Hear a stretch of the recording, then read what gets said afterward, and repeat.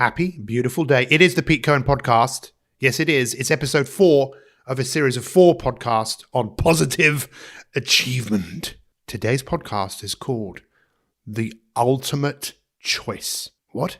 Yes, the ultimate choice you will ever make in your life is by listening to this podcast today and choosing something over something else. What are you talking about? You will soon find out. I'm talking to myself. You will soon find out after the theme tune. The big question is, how are some people in the world today creating the results they want with their health, wealth, and happiness? What exactly are these people doing? This podcast will give you the answers and inspire you to live the life that you want today.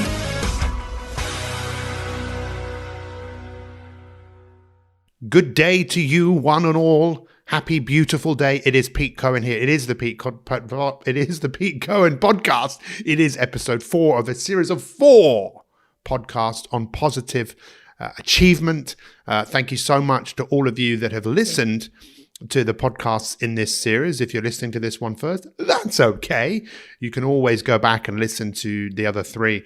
You know, our goal really is quite simple. We want to help as many people around the world close the gap between where they are and where they want to be. And we want to delve into some really important subjects. And one of those subjects, without doubt, is achievement. Because what are you here to do on this earth? Are you not here to achieve certain things? Are you not here to leave the world in a better place than you came here in? And ultimately, if that is something that you want to achieve, you're going to have to work for it. The odds are stacked up against you. But I believe you can put the odds massively back in your favor by applying some of the principles and the ideas that I'm sharing. You know, I've been in this business now for a very long time. 1989 is when I first started as a coach, as a personal trainer, and then basically moved on and studied and learned and studied psychology, and have read so many books and always looking for answers and for solutions, because my purpose here on this earth is similar to Les Brown, who I mentioned in the last podcast, that he wants to inspire until he expires. And that's exactly what I want to do. And to be inspired basically means that you're breathing life into something that is in front of you. And today's podcast is brought to you by my brand new goal setting assessment tool, which is at discover.petecohen.com, discover.petecohen.com. Whether you've got goals or not, go through this process to really find out really what chances do you have of achieving the things that are important to you. If you want to put the odds back into your favor in life, then get yourself a coach. You know, that's why Conor McGregor, whether you love him or hate him, you know, he's been working with Tony Robbins. I think Tony Robbins charges like $1 million for one session, but you know, I don't charge $1 million for one session.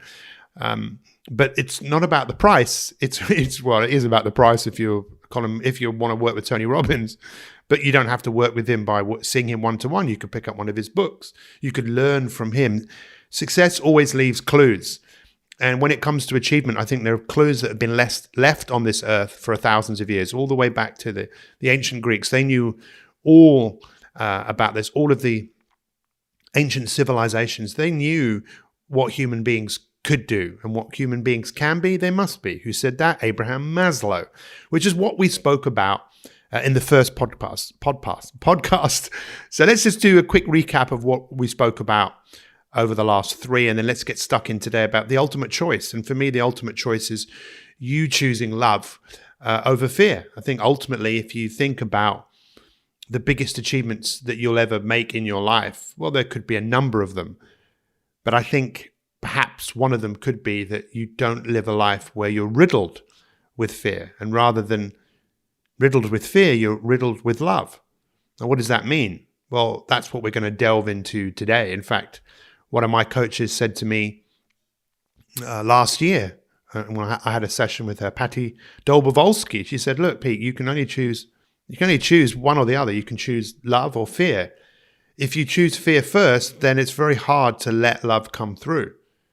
So we have the ability to be frightened. It's there. It's within our DNA to save our life. but we also have the ability to love.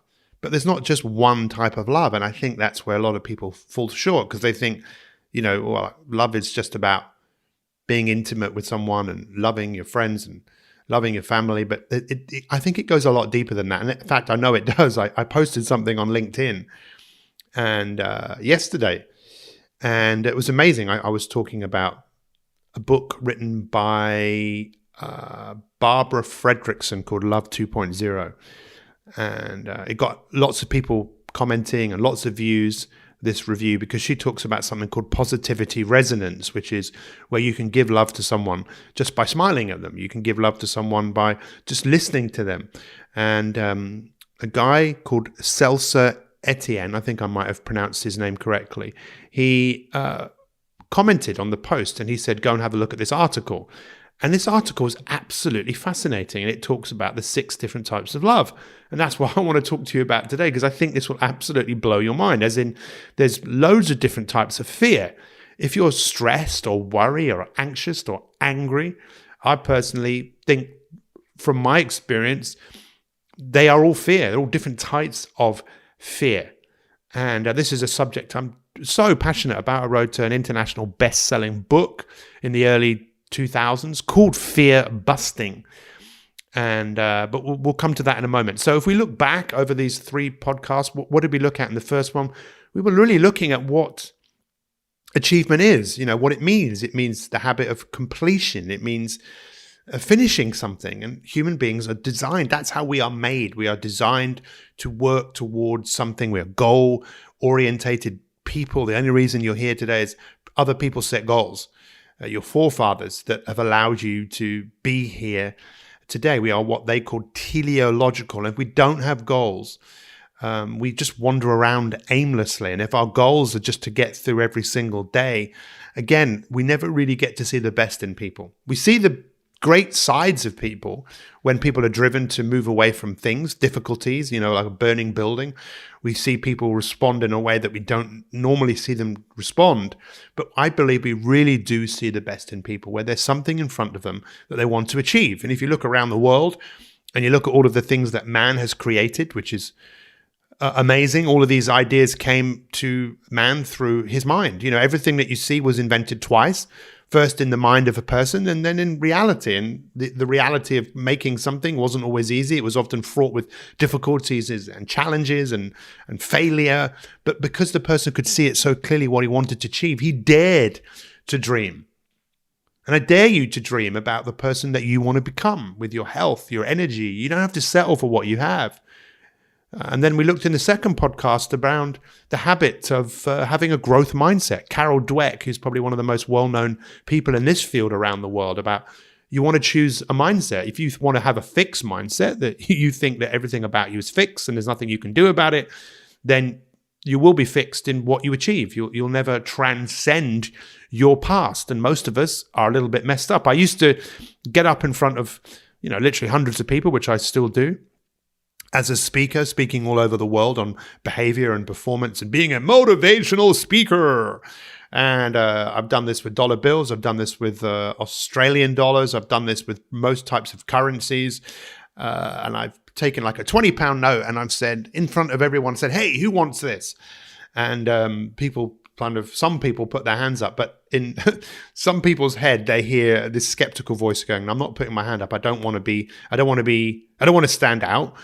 And it must be a catch, right? You can't be giving free money away. But I also know it's honestly, you can have it. You just got to put your hands up. In fact, sometimes I've actually asked people for £20, taken £20 off someone and then said who wants it, which then puts another doubt in someone's mind. Like, well, that's not your money to give away. Well, I want to play with people's minds. That's what I want to do. I want to play with your mind. I want to inspire you to look at life differently and go, I never thought of it like that. Because I'd say, well, who wants it? Some people say yes. I then literally crunch it up in my hand. Who still wants it? The same people still want it. I put it on the floor. I step on it, jump up and down on it, then pick it up and then I spit in it. And then I show it to the people, who wants this? And some people still want it. And I say, well, look, this is what's happened to most of us. Most of us have been torn up, messed around, scrunched up.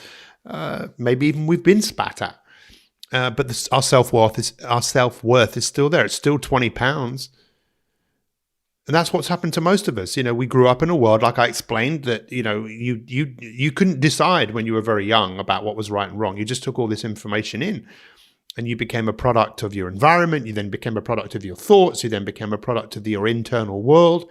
One of the greatest achievements that most people can do is to learn to transcend their past and to be more than their past, to maybe fueled by it, inspired by their past, but they want to be more than their past. And I believe that the best is yet to come. And if you have that attitude and you don't think you're fixed and you welcome challenges and you welcome learning and you welcome growing, then listen, life is going to be amazing. It might not be easy, but it can be amazing.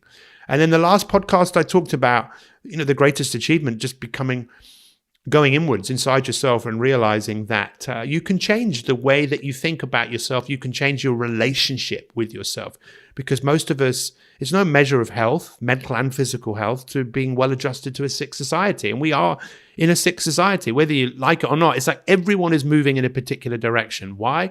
Because it's just the direction that everyone else is going in. It's like we're walking at a pace which, if we could really stop the world and go, whoa, whoa, whoa, whoa, whoa, whoa, whoa, whoa, whoa, stop.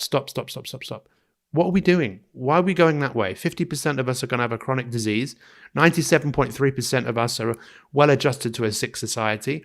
Let's stop. But if you stop, you then have to face up to certain things. And most people don't want to do that. I mentioned some studies that were done that showed that people would prefer an electric shock than spending 15 minutes on their own with their own thoughts. And men, 60% of men, versus I think 40% of women. Now, is it any wonder that every 45 seconds someone takes their life? A large proportion of those people are men. What could be the greatest achievement? I mentioned this in the last podcast. When I share my wisdom with you, it's not just all of the learning that I have done and all of the people I've worked with from all different walks of life, because look, I found a cure for my wife's cancer. What could I help you find a solution for? I don't mean that to brag, but you won't find too many people. If you came to work with me, I know that there is a solution to what is going on for you. That's what I believe, and I've got evidence to prove that. And the only reason I tell you that is because it's what I've learned. And my coach, who was with me for 16 years of my life, I've got 2 paintings just right above my head right here that he painted. I traveled the world with him. And I learned so much from him. And I'm still learning today, even though he's not here, because he always said, Pete, take care of Pete for Pete's sake. And it's not always an easy thing to do, to look at yourself and realize that you can be the change. Like Gandhi said, be the change that you want to see in the world. So I really want to get stuck into today's podcast. And like I said, we're going below the surface, but only a bit, I believe. If you want to go deeper in under the surface of these subjects, then come and work with us. Come and join our coaching community. You don't have to pay lip service to this stuff. You can go deep, and that's what we have provided. And if that's something you want to explore and get on the phone and actually speak to me and do a strategy call, just go to coaching.petecohen.com, because we want to help you be the very best version of yourself. So what I really wanted to talk about today, and again, I'd like you to consider what the greatest achievements of your life have been and what the greatest achievements of your life will be. And most of the areas, there are 3 areas that most people want to be more fulfilled in and accomplish more and achieve more. And that's in the field of health and energy. If I could just wave a magic wand and give you the health and energy that you want, you'd say, Pete, wave the wand, please. I want to have more energy. I want to jump out of bed. I want to be more vibrant. I want to be slimmer. I want to be fitter. I want to be healthier. Well, of course, you want these things, and most of us believe that there are shortcuts to these things. I don't really think there are any shortcuts that replace, hard work, dedication. But all of these things can be achieved. Most of us want to be better with our relationships, the people that we love and we care for. We'd like to be better, a better friend, a better partner, a better boss, a better friend. And also with our work and our finances, most of us have things that we want to achieve.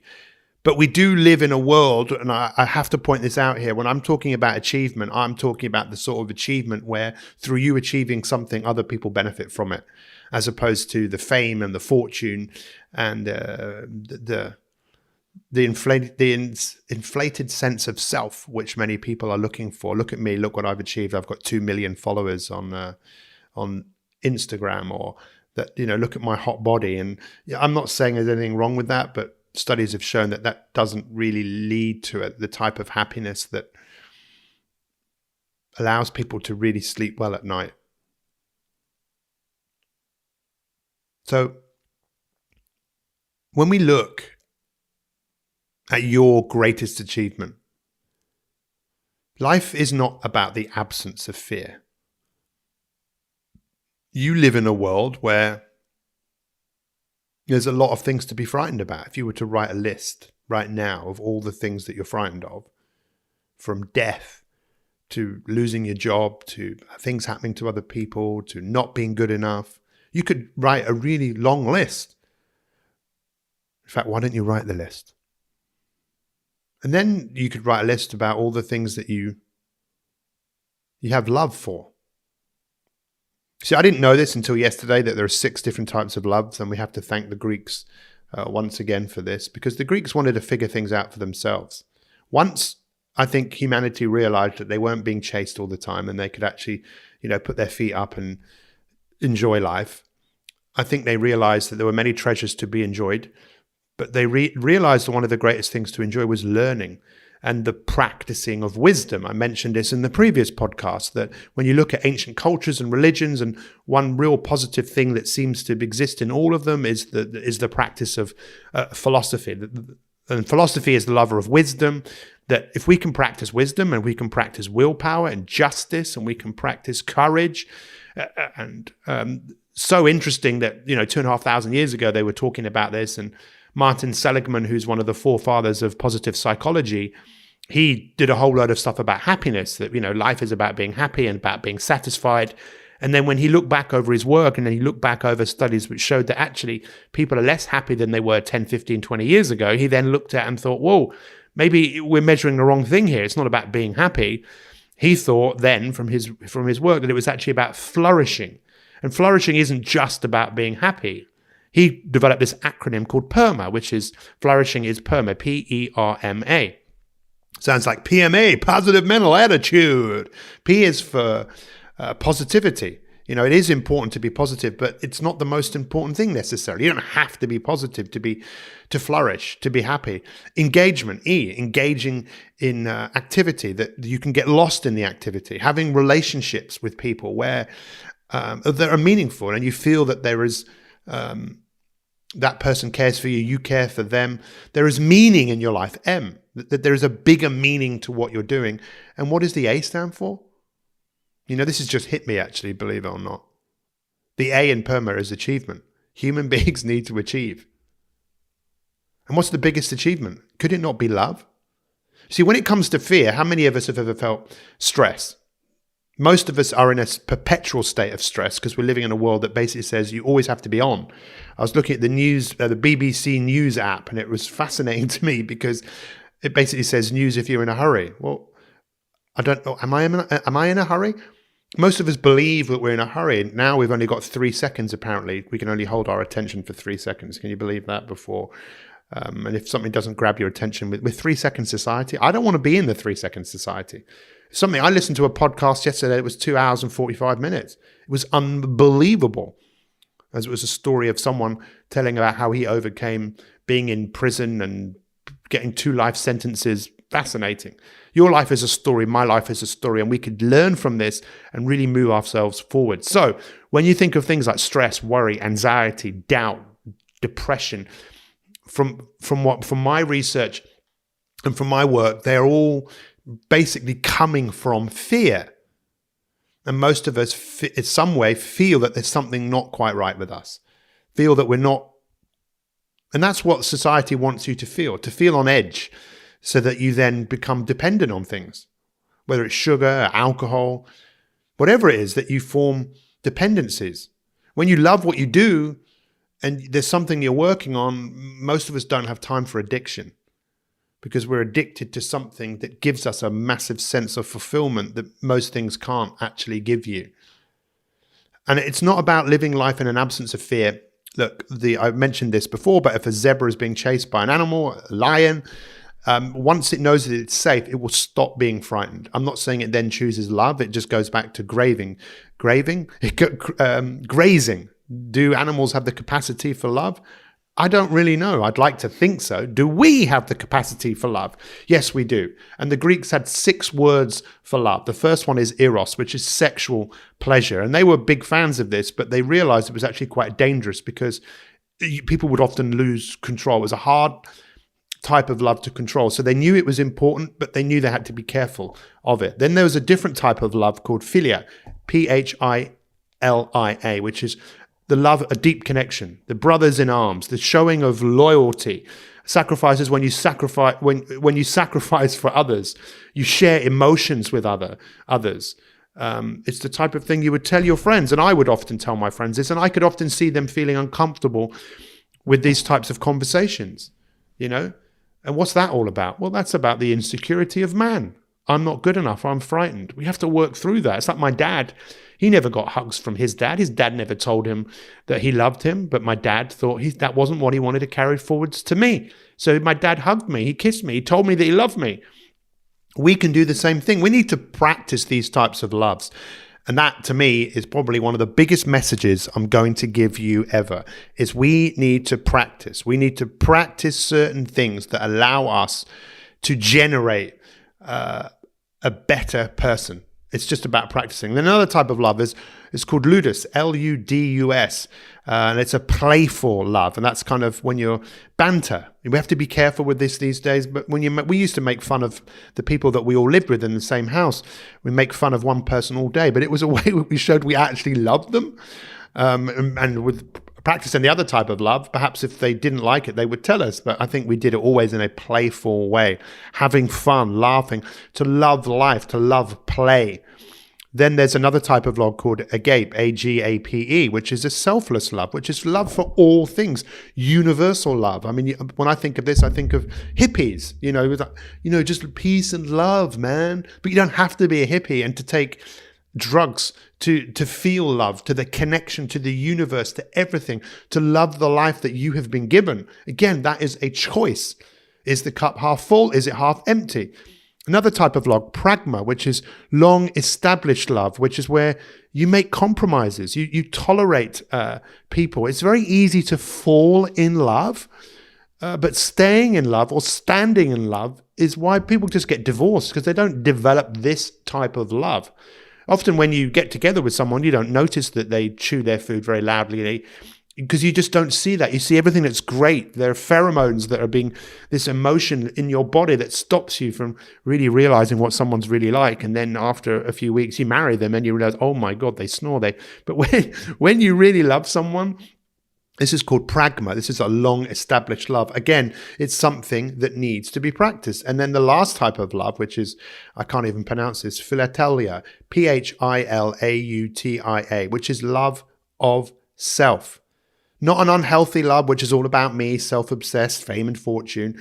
This is when you like yourself, you're full of love, that you've got so much love to give, that you just basically, and this has been measured.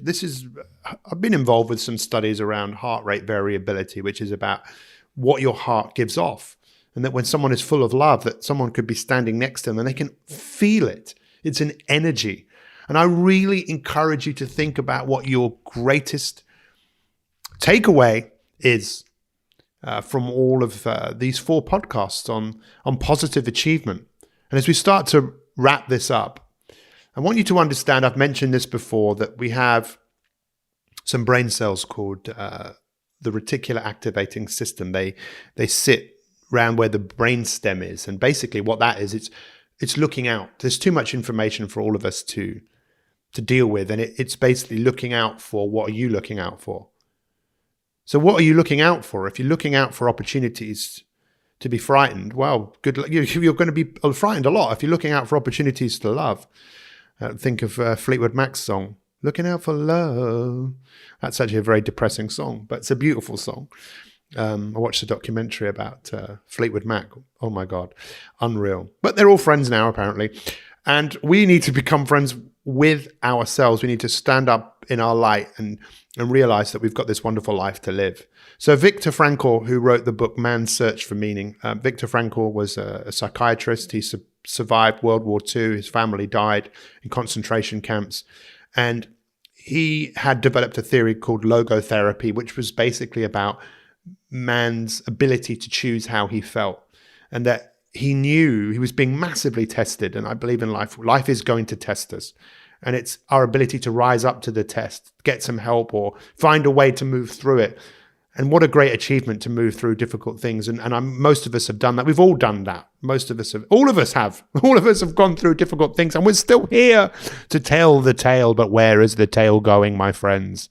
Viktor Frankl, the ultimate choice of a human being, it can't be taken from anyone else, which is to basically choose how you feel.